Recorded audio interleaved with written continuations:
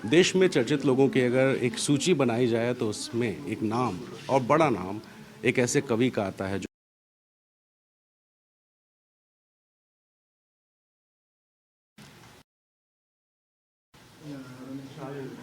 देश में चर्चित लोगों की अगर एक सूची बनाई जाए तो उसमें एक नाम और बड़ा नाम एक ऐसे कवि का आता है जो कवि झोला और कुर्ता लेकर के नहीं घूमता है, जो कवि चार्टर में चलता है और अपने आप को वो कवि कहता है कि हिंदी को समृद्ध करने की कोशिश है। ये कवि भी है, शायर भी है और ये शख्स अब कथावाचक भी है। मैं परिचय दूंगा, इससे पहले आप समझ चुके होंगे। मेरे साथ हैं कुमार विश्वास साहब, जो अयोध्या पहुंच चुके हैं और 22 तारीख की प्राण प्रतिष्ठा के कार्यक्रम में आप मंदिर परिसर में रहेंगे उन भाग्यशाली लोगों में। कुमार जी, सबसे पहले जब आप अयोध्या पहुंचे तो हमने देखा कि पैर धुल के आपका स्वागत किया गया, ये इस और आप बिना चप्पल के वहां से चले आए। ये जो स्वागत है, ये किस तरह का स्वागत? पहले तो एनडीटीवी के सभी दर्शकों को जय जय सिया राम। अब ये जो चप्पल ना पहनने का प्रसंग है, तो ये ब्रज में और अयोध्या में मेरा एक लोभ है, मेरा एक लालच है। हालांकि सब फर्श बन गए हैं, सड़कें बन गई हैं, लेकिन सरयू के किनारे या कहीं भी घूमते समय या राम की पैड़ी पर या कहीं भी, तो मेरे को मन में ये रहता है कि कभी ना कभी हज़ारों वर्ष पहले इसी पृथ्वी के इस हिस्से पर भगवान भी पैदल चले होंगे और उनके पैर से छुई हुई एक कण की रेणु अगर पैर पे लग जाए तो जीवन धन्य हो जाएगा। तो एक आप कह सकते हैं अतिरिक्त संवेदनशील एक मिथ है मस्तिष्क में। वो माँ ने बताया था जब वो वृंदावन गई, बस में बैठ के जाती थी ना शहरों से बस, तो हमको भी लेके गई, तो उन्होंने वो चप्पल जो उतरवाई हमसे और वो जो बैग था उसमें रख दी और उसको बंद कर दिया और उससे बांध दिया तार से ताला लगा के। तो हमने कहा चप्पल, उन्होंने कहा नहीं नहीं, ये भगवान पैदल चले यहाँ, कहाँ चप्पल पहनोगे। तो तब से एक मस्तिष्क में है। और जो स्वागत है वो तो स्नेह है, लोगों का प्रेम है। तो ये ऐसे ही रहेंगे कल तक? ऐसे ही रहेंगे। पहले भी आए थे तब भी ऐसे ही रहते थे। ठंड बहुत ज़्यादा है तो अयोध्या में इस ठंड में आप बिना चप्पल के रहेंगे? नहीं, बात ठंड की नहीं है, मेरा तो स्वास्थ्य भी प्रतिकूल है, गला भी खराब है, तबीयत भी खराब है, लेकिन अब ये है, मन में है। अब कई बार ऐसा लगता है कि पहन लेते हैं या ठंड लग रही है, लोगों को भी लगता है, जो साथ के लोग हैं उन्हें बहुत कष्ट होता है कि जूते पहन लीजिए, चप्पल पहन लीजिए। ऐसा कुछ ख़राब बात नहीं, चप्पल तो लोग पहनते ही हैं, रबड़ भी पहनते हैं, कपड़े की भी पहन सकते हैं, लेकिन एक लोभ रहता है, तो जब तक सहन हो रहा है तब तक।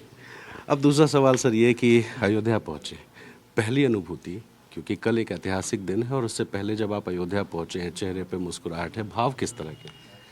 हम लोग उस पीढ़ी में पैदा हुए जिन्होंने स्वाधीनता संग्राम नहीं देखा, फिर हमने 77 का आंदोलन भी बहुत छोटेपन में देखा। अनुभूतियाँ, अभिव्यक्ति और उसका चिंतन, तीनों ही प्रगल्भ नहीं थे। 6-7 साल के थे जब हमने आपातकाल की परिस्थितियाँ देखी। मेरे परिवार में भी आपातकाल का कहर बरपा, मेरे पिताजी पर और सब परिवार पर। तो देखा हमने, जो अपनी चेतना में पहला बड़ा आंदोलन देखा वो मंदिर आंदोलन देखा, जो अक्टूबर की रैली हुई थी बोट क्लब में। उसमें मैं गया था क्योंकि मेरे ताऊजी जो थे वो विश्व हिंदू परिषद के केंद्रीय महामंत्री थे दिल्ली के, और वो उसका संचालन कर रहे थे, आचार्य रामनाथ सुमन जी। तो मैं उनके साथ पहले दिन ही पहुंच गया था।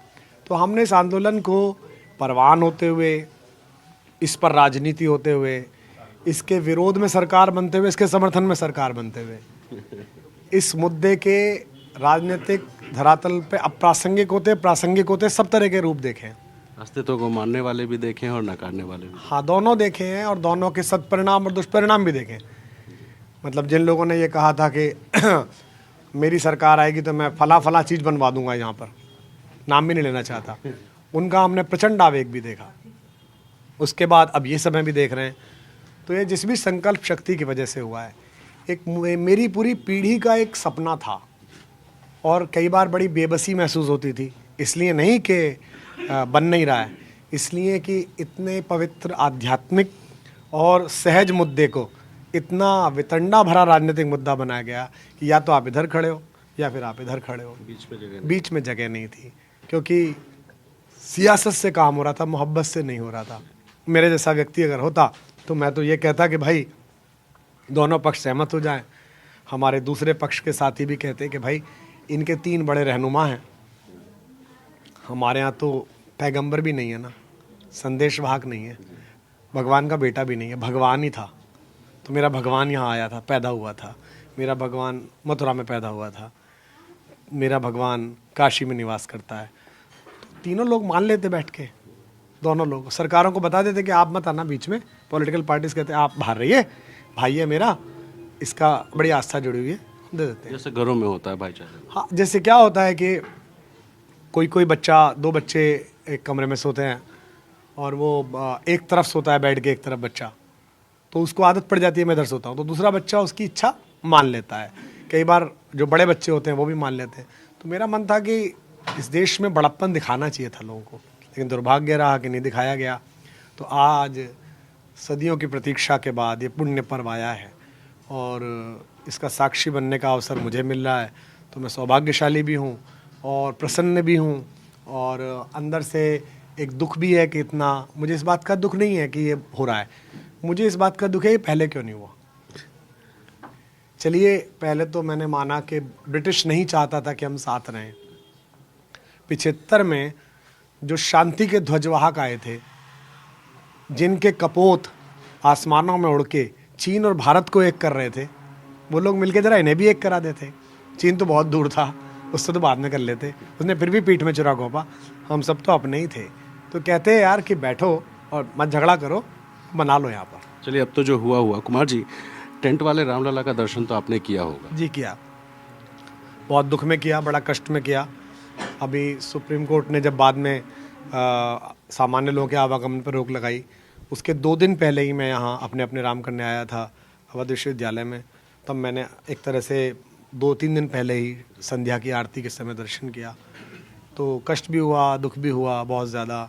अस्थाई मंदिर वाले का भी दर्शन किया होगा, जो अभी जिनका दर्शन हो रहा है। हाँ, वो भी दर्शन किया। जब एक बार इसमें आतंकवादी हमला हुआ था, उसके तीसरे चौथे दिन ही यहाँ कार्यक्रम था लखनऊ में आसपास कहीं, तो अयोध्या जी आया था, तब भी दर्शन किया। अयोध्या को देख के बड़ा दुख होता था, विशेष रूप से जब हम विश्व के दूसरे नगरों में जाने लगे। जैसे हम रोम गए तो वेटिकन गए, एक बार मदर टेरेसा के सेंटहुड में बुलाया गया, आमंत्रण आया, विदेश मंत्री जी गई, सब गए, हम भी गए। तो देख के बड़ा लगता था कि हमारे भगवान जहाँ हुए हैं वो जगह कैसी होनी चाहिए थी। आज जब आया हूँ और अभी पीछे एक निजी चैनल के कार्यक्रम में आया था, तो बड़ी प्रसन्नता हुई कि सड़कें थोड़ी चौड़ी हुई हैं, सफाई हो रही है। विशेष रूप से अयोध्या के नागरिकों के लिए भी बहुत बड़ा अवसर है कि अब अयोध्या में रहने का जो उन्हें एक सिविल गर्वबोध था कि हम एक अच्छे शहर में रहते हैं, वो विकसित होगा। अब टेंट में देख लिया, अस्थाई मंदिर में देख लिया, कल आप उस रामलला को देखेंगे जो अपने दिव्य और भव्य घर में विराजेंगे। एक दूसरा वनवास खत्म होगा, इसको कैसे देख? मेरे लिए चुनौती है, क्योंकि मैं भगवान का विग्रह 5 मिनट लगातार नहीं देख सकता, मैं रोने लगता हूँ, फिर आदत में है। तो अब चुनौती है कि मुझे कितना समय मिलेगा। मुझे पता लगा है कि बहुत कम समय के लिए आप दर्शन कर पाएंगे, क्योंकि 5-7 हज़ार विशिष्ट अतिथि हैं जो प्रधानमंत्री जी के और विशिष्ट अतिथियों के बाद दर्शन करेंगे। और थोड़ी देर के लिए दर्शन करूँगा, बाकी कभी समय मिलेगा तो वहाँ पालथी जमा के ध्यान करूँगा। चलिए, आखिर में एक सवाल सर ये कि चूँकि आप शायर, मैंने शुरू में कहा शायर भी हैं, कवि भी हैं और अब कथावाचक भी हैं, साधु नहीं है कथावाचक हैं। कुछ राम जी के लिए, हमारे दर्शकों के लिए आप अगर कुछ कहना चाहें अपने। पहली बात तो कि मैं कथावाचक नहीं हूँ, मैं कोई कथा का वाचन नहीं करता। राम की कहानी तो सबको पता है, हम तो उसको कथा के तौर पे ही सुनते हैं। ये आपका अनुग्रह है, बहुत सारे लोग कहते हैं, मुझे भी मिलते हैं, आपकी कथा में बहुत आनंद आता है। उसका नाम ऊर्जा सत्र है। उसमें राम और राष्ट्रीयता, राम और राज्य व्यवस्था, राम कथा और संप्रेषण, राम कथा लोक प्रशासन, राम कथा और अंतर्राष्ट्रीय नीति, राम कथा और आपका काम कि कम्युनिकेशन कैसा होना चाहिए, अंगद कैसे कम्युनिकेट करते हैं, हनुमान जी कैसे कम्युनिकेट करते हैं, भगवान अपनी पॉलिटिकल स्ट्रेटेजी बिना बोले विभीषण को कैसे कम्युनिकेट करते हैं, कि जो पहले बार उनके शिविर में आता है, पहली बार में उसको विभीषण नहीं लंकेश कह के स्वागत करते हैं, कहू लंकेश सहित परिवारा, उसको आश्वस्त करते हैं कि चिंता मत कर, मैं तुझे लंका अधिपति बनाऊंगा। This is the best political communication ever used by any emperor to another exiled emperor. किसी निर्वासित राजकुमार के लिए सीधा संकेत एक ही शब्द में। तो जो भी अयोध्या आना चाहते हैं, मैं उनसे कहता हूँ कि सीता के रघुनाथ, लखन के भ्राता, सुख के धाम मिलेंगे। सीता के रघुनाथ, लखन के भ्राता, सुख के धाम मिलेंगे। शबरी के रघुनंदन, आप जितने भी लोग हैं जो भी आना चाहते हैं उन सबको, इन सबके यहाँ पर दर्शन हो जाएंगे। चले आओ सब इसी जगह पर अपने अपने राम मिलेंगे। सबको अपने राम मिलेंगे और राम आएंगे, राम आ चुके हैं। 22 तारीख वो तारीख है जिस तारीख के लिए कुमार विश्वास साहब अयोध्या पहुंच चुके हैं। और अब कई ऐसे लोग हैं जो आना चाहते हैं, शायद नहीं आ पाएंगे, लेकिन कुछ भाग्यशाली लोग हैं। तो फिलहाल अयोध्या में इसी तरह से कुमार जी अब पहुंचेंगे राम मंदिर, और देखते हैं कि विग्रह का दर्शन करके आंखों में किस तरह से आंसू आ जाते हैं। अपने सहयोगी प्रमोद के साथ और राजेश गुप्ता के साथ रणवीर, NDTV, अयोध्या।